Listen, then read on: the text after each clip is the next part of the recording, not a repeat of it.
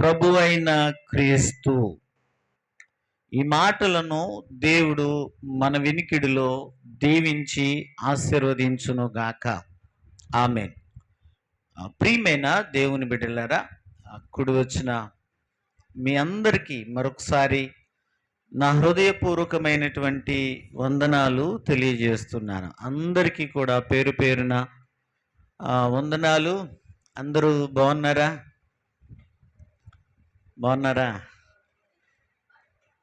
సంతోషంగా ఉన్న వాళ్ళందరూ ఒకసారి గట్టిగా దేవునికి స్తోత్రం చెప్దామా? హల్లెలూయా. చాలా మంచిది ప్రియ దేవుని బిడ్డలారా, మరొకసారి మనమందరం కూడా కలిసి దేవుని సన్నిధిలోనికి చేరి దేవునిని స్తుతించి ఆయనను ఆరాధన చేసే ఒక మంచి సమయాన్ని దేవుడు మనకి ఇచ్చారు. ఇప్పటి వరకు దేవుణ్ణి గణపరిచాము, ఆరాధన చేశాం. కొద్ది నిమిషాలు క్లుప్తంగా దేవుని మాటలు ధ్యానం చేసుకుందాం. అందరూ కూడా చాలా జాగ్రత్తగా వినాలని ప్రేమతో మీకు తెలియపరుస్తున్నాను. మనము గత వారం నుంచి క్రిస్మస్ను గూర్చినటువంటి ఆత్మీయ పాఠాలు నేర్చుకుంటూ ఉన్నాం. క్రిస్మస్ను గూర్చినటువంటి ఆత్మీయ పాఠాలు నేర్చుకుంటూ ఉన్నాం. గత వారం నాడు యేసును గూర్చినటువంటి వార్త అనేటటువంటి అంశం మీద కొన్ని మాటలు మనం నేర్చుకుని ఉన్నాం. ఈ రోజున రక్షకుడు అను క్రీస్తు జన్మించెను, రక్షకుడు అను క్రీస్తు జన్మించెను అనేటటువంటి అంశాన్ని మనము నేర్చుకుందాం. ప్రియ దేవుని బిడ్డలారా, 2025 సంవత్సరములకు పూర్వం దేవుడు మానవుడిగా భూమి మీదకి దిగి వచ్చాడు. 2025 సంవత్సరములకు పూర్వం దేవుడు మానవుడిగా ఈ భూమి మీదకి దిగి వచ్చారు. ఆయన ఈ భూమి మీదకి రావడం ప్రపంచ చరిత్రను మార్చింది. ప్రపంచ చరిత్రను మార్చటం మాత్రమే కాదు, ఆయన మానవ మనుగడకు కారణమయ్యారు. ఆయన మానవ మనుగడకు కారణమయ్యారు. అయితే ఆయన ఈ భూమి మీదకు ఎందుకు వచ్చారు? ఆయన ఎవరి కొరకు వచ్చారు? ఆయన ఏ విధంగా వచ్చారో కొన్ని మాటలు మీతో పంచుకోవడానికి నేను ఆశపడుతున్నాను. చాలా జాగ్రత్తగా మీరు వినాలని ప్రేమతో మీకు మనవి చేస్తున్నాను. ఆయన అనగా యేసుక్రీస్తు ప్రభువారు ఈ భూమి మీదకి వచ్చినప్పుడు ఏ విధంగా ఆయన ఈ భూమి మీదకి వచ్చాడు కొన్ని మాటలు మీతో పంచుకోవడానికి ఆశపడుతున్నాను. చూడండి, లూకా సువార్త 1వ అధ్యాయం 34-35 వచనములను మనము చదువుకుందాం. అందుకు మరియా, నేను పురుషుని ఎరుగని దానినే ఇదెలాగూ జరుగునని దూతతో అనగా, దూత పరిశుద్ధాత్మ నీ మీదికి వచ్చును, సర్వోన్నతుని శక్తి నిన్ను కమ్ముకొనును గనుక పుట్టబోవు శిశువు పరిశుద్ధుడై దేవుని కుమారుడనబడును. చాలు. ప్రియ దేవుని బిడ్డలారా, యేసుక్రీస్తు ప్రభువారు ఈ భూమి మీదకి వచ్చినప్పుడు ఆయన ఏ విధంగా మానవుడిగా ఈ భూమి మీదకి వచ్చాడు అని అంటే, యేసు ప్రభువారు పరిశుద్ధుడైనటువంటి దేవుడుగా వచ్చాడు. ఏ దేవుడుగా వచ్చాడు? పరిశుద్ధుడైనటువంటి దేవుడుగా వచ్చాడు. పరిశుద్ధుడు. నా ప్రియమైనటువంటి దేవుని బిడ్డలారా, దేవుడు పరిశుద్ధుడు. దేవుడు పరిశుద్ధుడు అనేటటువంటి విషయాన్ని జ్ఞాపకం చేసుకోవాలి. ఈ రోజున యేసు ప్రభుని చాలా మంది ఒక కోణంలోనే చూస్తూ ఉన్నారు. చాలా మంది ఒక వైద్యుడిగా చూస్తూ ఉన్నారు. చాలా మంది ఒక ఆపద్బాంధవుడిగా చూస్తూ ఉన్నారు. కానీ యేసుక్రీస్తు పరిశుద్ధుడైనటువంటి దేవుడు అనేటటువంటి విషయాన్ని అనేకులు గుర్తించలేకపోతా ఉన్నారు. ఇక్కడ కన్యక అయినటువంటి మరియా ప్రార్థన చేసుకుంటున్నటువంటి సమయంలో దేవుని దూత ఆమెకు ప్రత్యక్షమై ఆమెతో మాట్లాడుతూ ఉన్నాడు. యేసుక్రీస్తు యొక్క జనన వృత్తాంతమును గురించి తెలియజేస్తూ ఉన్నాడు. అమ్మా, నీ గర్భమున ఇదిగో శిశువు జన్మించబోతున్నాడు అని దూత ఆమెతో తెలియపరిచినప్పుడు ఆమె అంటా ఉందయ్యా, నేను పురుషుడిని ఎరుగినటువంటి దాననే, ఇది ఏ విధంగా సాధ్యమవుతున్నది అని ఆమె అడిగినప్పుడు ఈ దేవుని దూత ఆమెతో చెబుతూ ఉన్నాడు. ఏమంటూ ఉన్నాడు అని అంటే 34వ వచనంలో ఏమంటూ ఉన్నాడు? 35వ వచనంలో, పరిశుద్ధాత్మ నీ మీదికి వచ్చును, సర్వోన్నతుని శక్తి నిన్ను కమ్ముకొనును గనక పుట్టబోవు శిశువు పరిశుద్ధుడై దేవుని కుమారుడు అనబడును.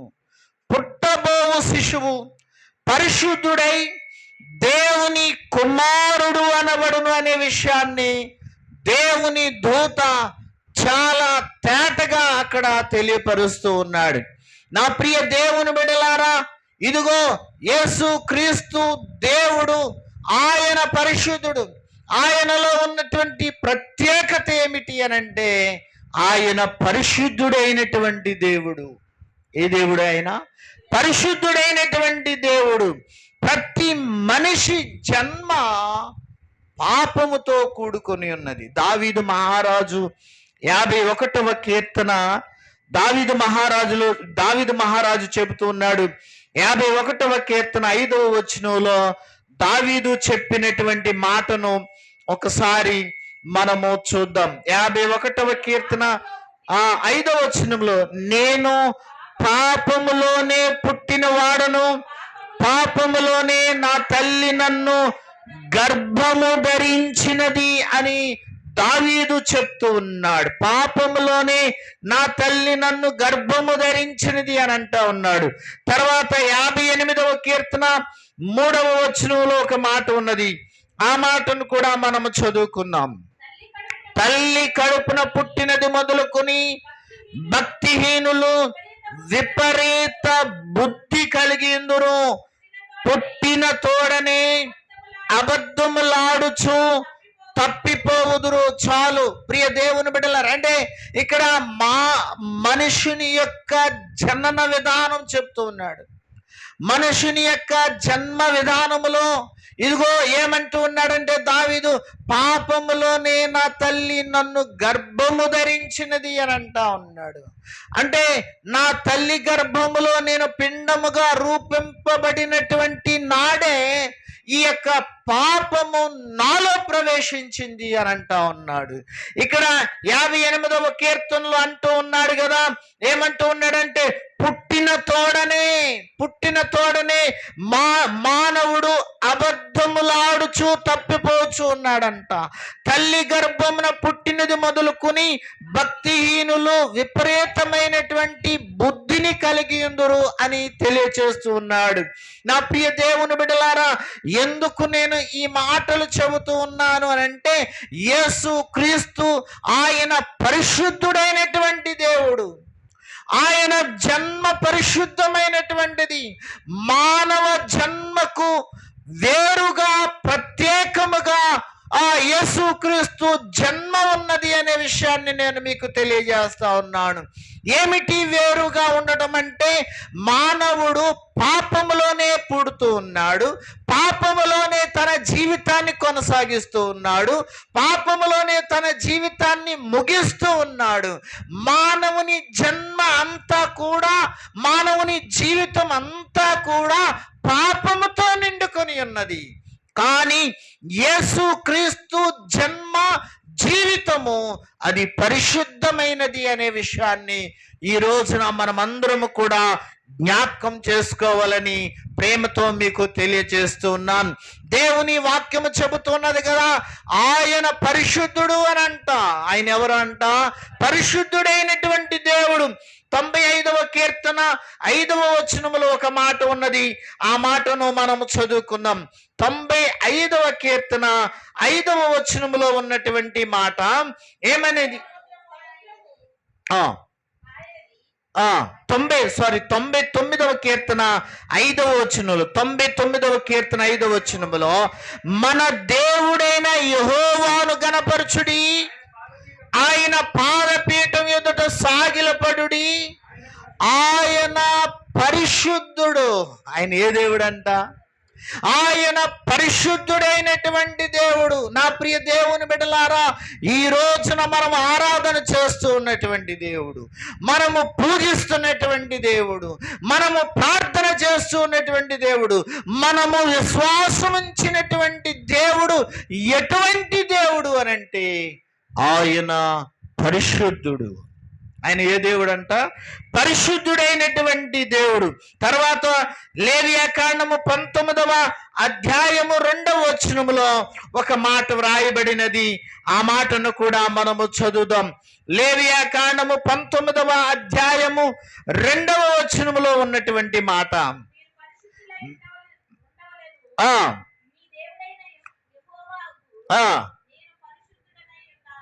నేను పరిశుద్ధుడనై ఉన్నాను. ప్రియ దేవుని బిడ్డలారా, ఇదిగో మన దేవుడు ఎట్లా ఉంటూ ఉన్నాడంటే ఆయన పరిశుద్ధుడు.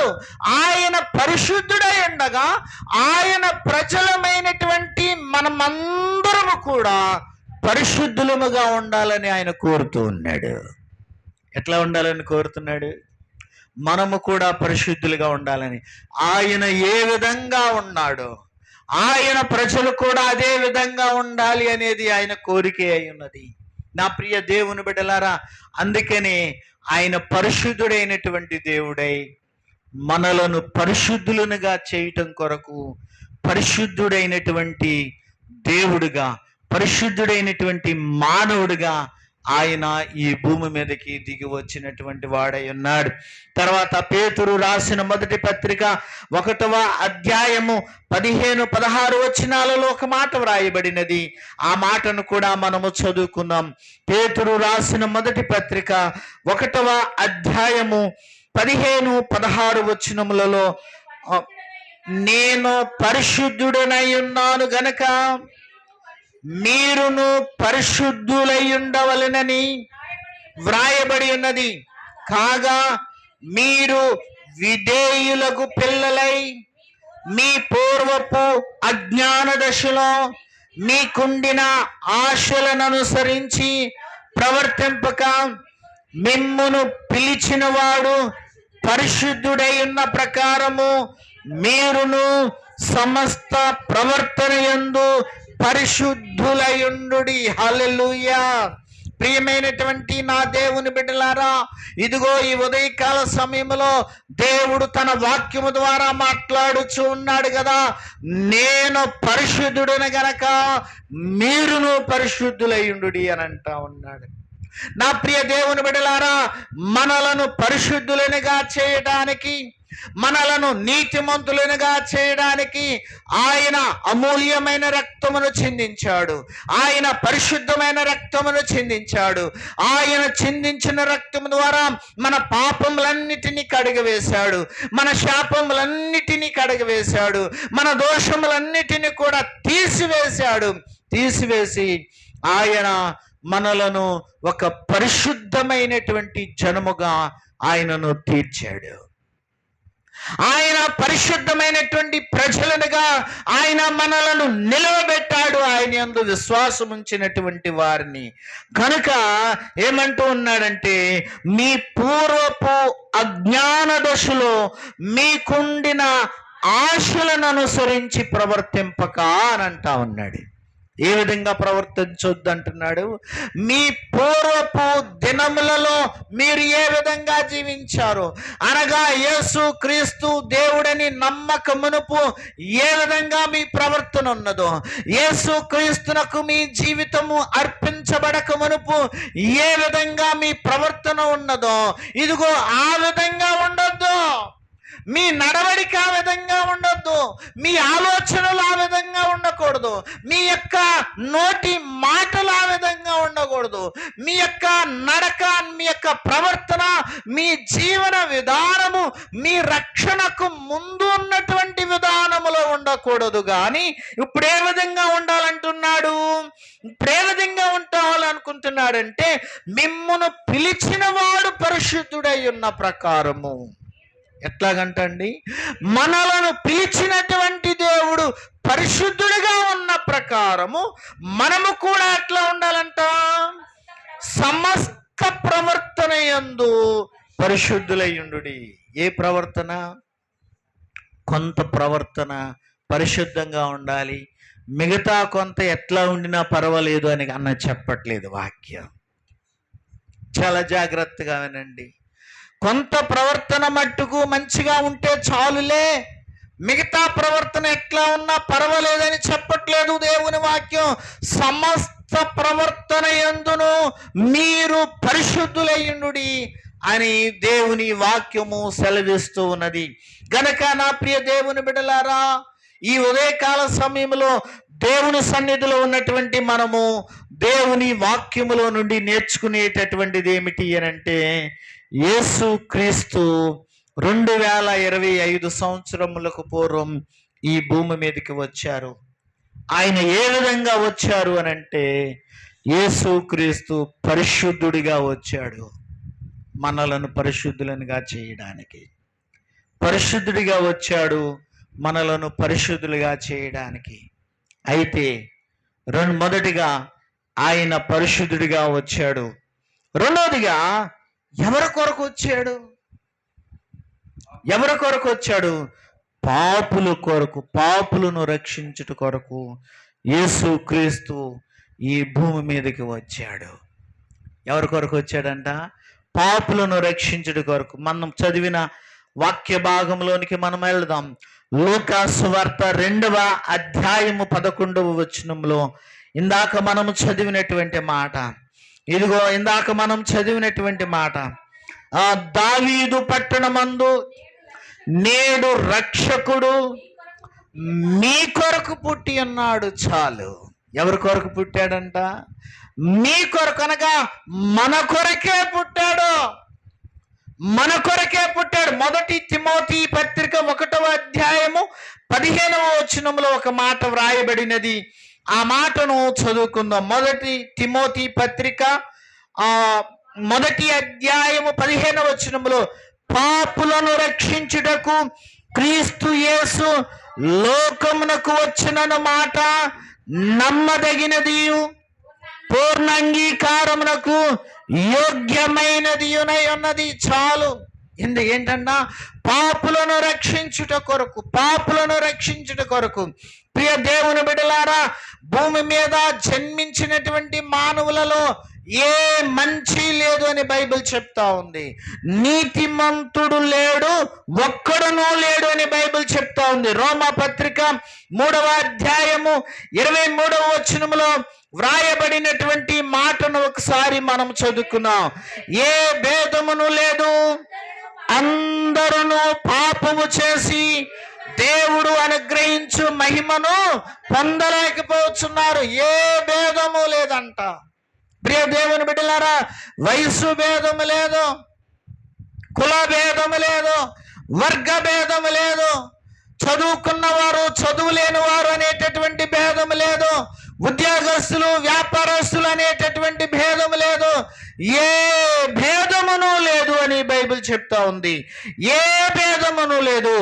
అందరూ పాపము చేసి దేవుడు అనుగ్రహించు మహిమను పొందలేకపోతున్నారు. దేవుని మహిమను పొందలేకపోతున్నారు. నా ప్రియమైనటువంటి దేవుని బిడ్డలారా, ఈ ఉదయకాల సమయంలో మనమందరం కూడా గ్రహించుకోవలసినది ఏమిటి అనంటే, ఇందాక నేను చెప్పినట్లుగా మానవుడు పాపములోనే జన్మించి పాపములోనే జీవితాన్ని కొనసాగిస్తూ పాపములోనే తన జీవితాన్ని ముగిస్తూ ఉన్నాడు. ఇందులో ఏ భేదమును లేదు, ఏ వ్యత్యాసం లేదు. ఇంకా మనము చదివినట్లయితే ఈ 3వ అధ్యాయములోనే, రోమా పత్రిక 3వ అధ్యాయములోనే 11వ వచనములు అంటాడు కదా, నీతిమంతుడు లేడు, ఒక్కడునూ లేడు, గ్రహించువాడెవడునూ లేడు, దేవునిని వెదకువాడెవడునూ లేడు, అందరును త్రోవ తప్పి ఏకముగా పనికి మాలిన వారైరి, మేలు చేయువాడు లేడు, ఒక్కడైనను లేడు అని బైబిల్ గ్రంథం చాలా తేటగా చెబుతూ ఉన్నది. నా ప్రియమైనటువంటి దేవుని బిడ్డలారా, ఇదిగో బైబిల్లో ఉన్నటువంటి మాట ప్రకారముగా మనమందరం గ్రహించుకోవలసినది ఏమిటి అనంటే, యేసుక్రీస్తు పరిశుద్ధుడిగా వచ్చాడు. ఎవరి కోసం వచ్చాడంటే మన కోసమే వచ్చాడు. మనం ఎవరము అనంటే పాపములో జన్మించాం, పాపములోనే జీవితాన్ని కొనసాగిస్తూ పాపములోనే జీవితాన్ని ముగించేస్తూ ఉన్నాం. పాపములోనే ఉన్నటువంటి వారము, పాపముతో నిండుకొని ఉన్నటువంటి వారము. అయితే బైబిల్లో ఒక మాటను మనం చదువుకుందాం.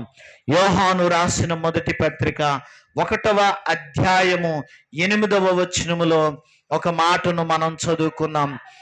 మనము పాపము లేని వారమని చెప్పుకుని ఎడల మనలను మనమే మోసపుచ్చుకుందుము, మరియు మనలో సత్యం ఉండదు.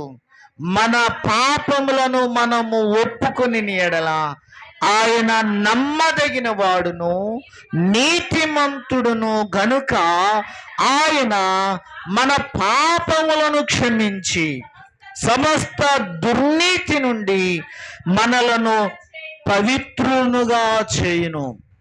చాలు ప్రియ దేవుని బిడ్డలారా, చాలా మంది అనుకుంటారు, నేను ఏ పాపం చేశానని నాలో పాపం ఉన్నదని మీరు అంటున్నారు అని అడుగుతూ ఉంటారు. ప్రియ దేవుని బిడ్డలారా, పాపము చేసినందువలన నీవు పాపి అవ్వలేదు. ఈ పాపపు స్వభావము నీ జన్మతః నీతో వచ్చినది అని బైబిల్ చాలా తేటగా చెబుతుంది. పాపపు స్వభావం అనేది నీలో నాలో ఉన్నది గనుకనే మనము తప్పిదాలు చేస్తూ ఉంటున్నాం. అబద్ధాలు, రకరకాలైనటువంటి దేవునికి వ్యతిరేకమైనటువంటి పనులు, మోసం, అన్యాయం, అక్రమం, బలత్కారము, రకరకాలైనటువంటి దేవునికి వ్యతిరేకమైనటువంటి చర్యలన్నీ కూడా భూమి మీద జరుగుతూ ఉన్నాయి. ఎందుకంటే బైబిల్ చెప్తున్నటువంటి మాట ఏంటంటే, మనము పాపము లేని వారమని చెప్పుకొని ఎడల మనంత అబద్ధం, దానంత అబద్ధం ఇంకోటి లేదంట. అంత మాత్రమే కాదు, మనలను మనము మోసం చేసుకుంటున్నాము. పాపం లేదని చెప్పుకోవటం వలన మనలను మనము మోసం చేసుకుంటున్నాం. మరియు మనలో సత్యం లేదు. ఒకవేళ నేను ఏ తప్పు చేయలేదు అని నీవంటే గనక నిన్ను నీవు మోసం చేసుకుంటున్నావు. నీలో ఏమి లేదు, నాలో ఏమి లేదంటే సత్యము అనేటటువంటిది లేదు అని బైబిల్ చెప్తా ఉంది. అయితే అనేటటువంటి మాటను మనము జ్ఞాపకం చేసుకోవాలి. మన పాపములను మనం ఒప్పుకొని ఎడలా, చాలా గొప్ప విషయం అది. మన పాపములను మనం ఒప్పుకొని ఎడలా ఆయన నమ్మదగిన వాడును నీతిమంతుడును గనక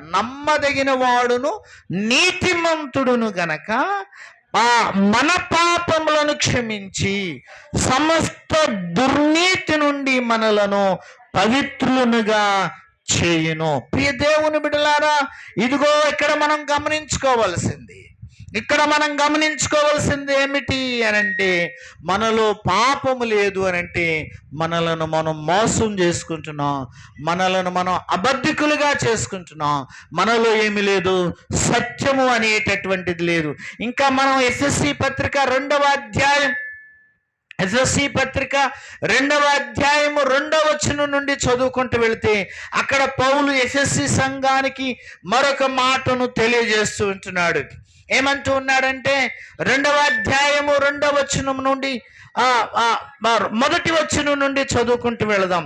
మొదటి వచనం నుండి, మీ అపరాధముల చేతను మీ పాపముల చేతను మీరు చచ్చిన వారై ఉండగా ఆయన మిమ్మును క్రీస్తుతో కూడా బ్రతికించును. మీరు వాటిని చేయొచ్చు వాయుమండల సంబంధమైన అధిపతిని అనగా అవిధేయులైన వారిని ఇప్పుడు ప్రేరేపించు శక్తికి అధిపతిని అనుసరించి ఈ ప్రపంచ ధర్మము చొప్పున మునుపు నడుచుకొంటిరి అని అంటా ఉన్నాడు. వారితో కలిసి మనమందరము శరీరం యొక్కయు మనసు యొక్కయు కోరికలను నెరవేర్చుకొనుచు మన శరీరాశులను అనుసరించి మునుపు ప్రవర్తించుచు కడమ వారి వలనే స్వభావము సిద్ధముగా దైవోగ్రతకు పాత్రులమైతిమి, దైవోగ్రతకు పాత్రులమైతిమి అని అంటా ఉన్నాడు. మానవుడు దేవుని సన్నిధిలో ఎంత ఘోరంగా తప్పిపోయాడో ఒకసారి మనలను మనం జ్ఞాపకం చేసుకుందాం.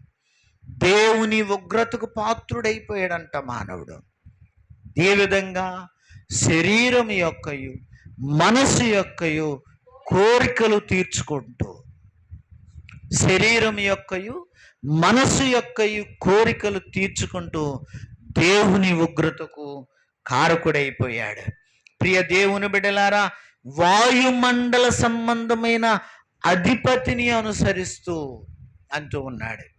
అయితే 4వ వచనంలో, అయినను దేవుడు కరుణా సంపన్నుడై ఉండి మనము మన అపరాధముల చేత చచ్చిన వారమై ఉండినప్పుడు సైతము మన ఎడల చూపిన తన మహాప్రేమ చేత మనలను క్రీస్తుతో కూడా బ్రతికించాడు.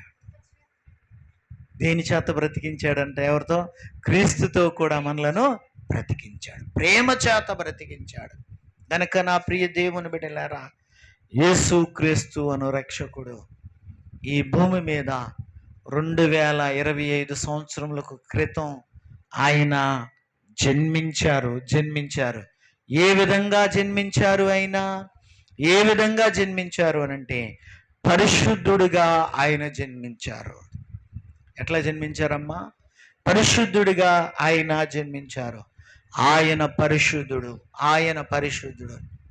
ఎవరి కొరకు జన్మించాడు? చెప్పలే. ఎవరి కొరకు? పాపుల కొరకు జన్మించాడు.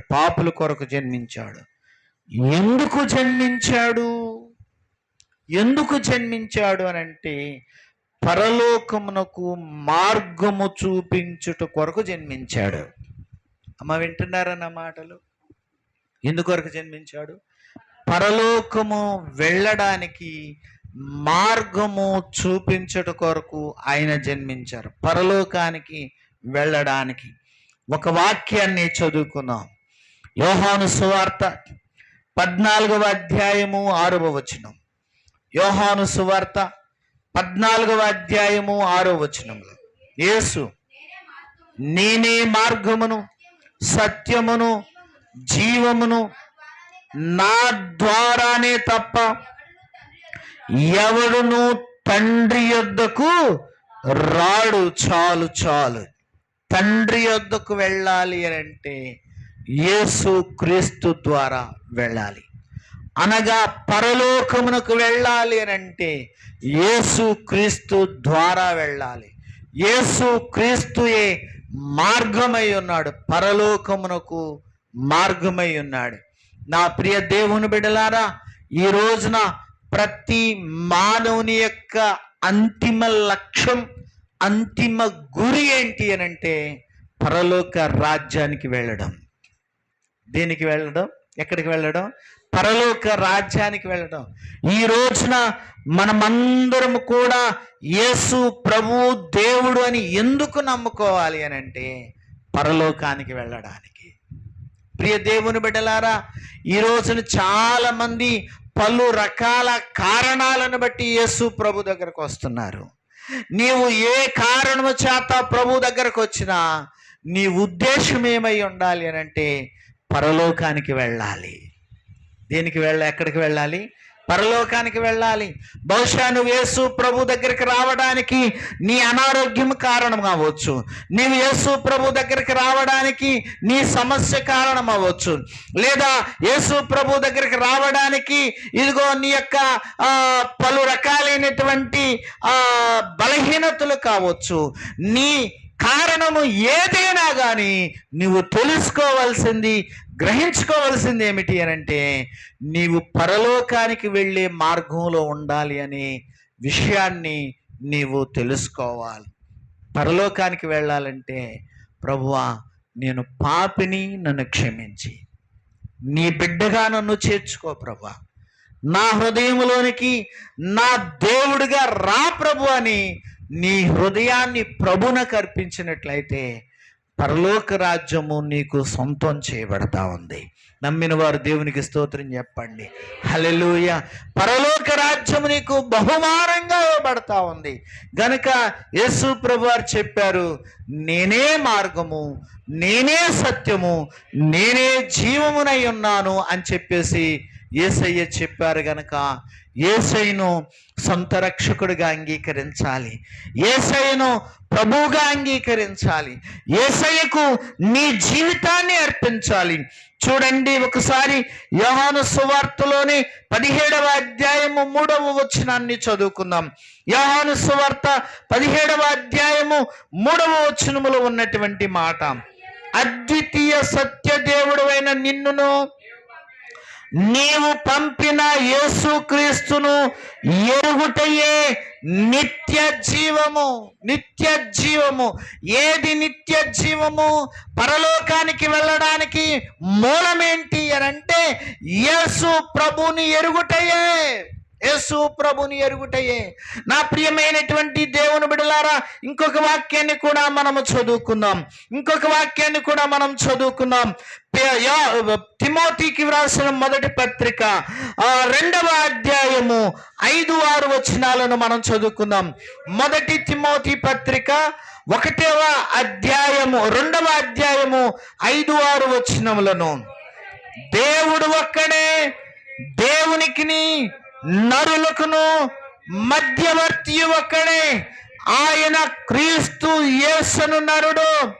ఈయన అందరి కొరకు విమోచన క్రయధనముగా తన్ను తానే సమర్పించుకొనెను. చాలు ప్రియ దేవుని బిడ్డలారా, అందరి క్రయధనము కొరకు, అందరి విమోచన కొరకు క్రయధనముగా, అందరి విమోచన కొరకు క్రయధనముగా తనను తానే సమర్పించుకున్నాడంటండి. మనందరి కొరకు బలియాగమైపోయాడు, మనందరి కొరకు కొరడా దెబ్బలు తిన్నాడు, మనందరి కొరకు ముళ్ళ కిరీటాన్ని ధరించారు, మనందరి కొరకు ప్రక్కలో బెల్లెముతో పొడిపించుకున్నారు, మనందరి కొరకు తన అమూల్యమైన, పరిశుద్ధమైన, విలువైన రక్తాన్ని చిందించారు. మనందరి కొరకు క్రయధనముగా. ఏ ధనముగంట? క్రయధనముగా మనందరి కొరకు అర్పించబడ్డాడు. అందుకనే యేసు ప్రభువారు ఈ లోకానికి వచ్చారు, మరణించారు, సమాధి చేయబడ్డారు, 3వ దినాన సజీవుడిగా తిరిగి లేచి 40 దినాలు భూమి మీద అనేకులకు కనబడి పరలోక రాజ్యానికి తిరిగి వెళ్ళారు. పరలోకానికి వెళ్ళినటువంటి ఆయన ఒకానొక దినాన మధ్య ఆకాశంలోనికి రాబోతున్నారు. ఆయన రాబోతున్నాడు. ప్రియ దేవుని బిడ్డలారా, ఆయన మధ్య ఆకాశంలోనికి వచ్చినప్పుడు ఆయన యందు విశ్వాసం ఉంచిన వారిని ఇదిగో తీసుకుని వెళ్ళడానికి రాబోతూ ఉన్నాడు. ఆయన యందు మారు మనసు పొందినటువంటి వారికి, ఆయనకు తన వారి జీవితాన్ని అర్పించినటువంటి వారి కొరకు ఆయన మధ్యాకాశంలోనికి రాబోతూ ఉన్నాడు. అయితే క్రిస్మస్ వేడుకను జరుపుకున్నటకు సిద్ధపడుతున్నటువంటి నీవు నేను, మరి మన జీవితం ఆయనకు అర్పించబడిందా? మారు మనసు పొందావా? పాపక్షమాపణ పొందావా? నీ జీవితమును ప్రభువునికి అర్పించావా? నీ పాపములను నీ ఒప్పుకుని, ప్రభువా నన్ను క్షమించి నా హృదయంలోనికి రా ప్రభువా, నా దేవుడిగా ఉండు ప్రభు అని నీ జీవితంలోనికి ఆయనను ఆహ్వానించావా? రక్షణ పొందావా? బాప్తిసం పొందావా? ఒకసారి నిన్ను నీవు ప్రశ్నించుకో, పరిశీలన చేసుకో. యేసు క్రీస్తు త్వరగా రాబోతున్న ఈ అంత్య దినాలలో, చివరి దినాలలో ఉన్నాం. యేసయ్య జన్మదిన వేడుకను జరుపుకున్నటకు మనం అందరము సిద్ధపడుతూ ఉన్నాం. సిద్ధపడుతున్నటువంటి ఈ తరుణంలో ఆయన రక్షకుడు అనేటటువంటి విషయాన్ని ఎంతమంది గ్రహించారు? ఆయన ఈ లోకానికి వచ్చినటువంటి విధానాన్ని ఎంతమంది గ్రహించారు? ఆయన ఏ విధంగా వచ్చాడు అని చూసాం. మొదటిగా పరిశుద్ధుడిగా వచ్చాడు. రెండవదిగా ఎవరి కొరకు వచ్చాడు? మన కొరకే, పాపులమైనటువంటి మన కొరకే వచ్చాడు. మూడవదిగా ఎందుకు వచ్చాడు? మనము పరలోకానికి వెళ్ళడానికి, మనలను పరలోకము తీసుకుని వెళ్ళడానికి ఆయన వచ్చాడు. అయితే నీవు నేను పరలోకానికి వెళ్ళే మార్గంలోనే ఉన్నామా, లేదా మీ సొంత మార్గాలలో ఉన్నారా? యేసయ్య మార్గంలోనే ఉన్నారా, లేదా మీ సొంత మార్గాలలో ఉన్నారా? ఒకసారి ప్రశ్నించుకోండి. మీ అంతరాత్మను అడగండి. మారు మనసు పొందండి. పాప క్షమాపణ పొందండి. మీ జీవితాన్ని ప్రభువునకు అర్పించి పరలోక రాజ్యాన్ని సొంతం చేసుకొనండి. ఈ మాటలను దేవుడు మన వినికిడిలో దీవించి ఆశీర్వదించును గాక. ఆమేన్. ప్రార్థన చేసుకున్నాం. అందరూ కూడా కళ్ళు మూసుకునండి, తలలు వంచండి, ప్రార్థన చేసుకుందాం. కళ్ళు మూసుకుని తలలు వంచినట్లయితే ప్రార్థన చేసుకుందాం. అందరూ కూడా కళ్ళు మూసుకునండి, తలలు వంచండి, ప్రార్థన చేసుకుందాం.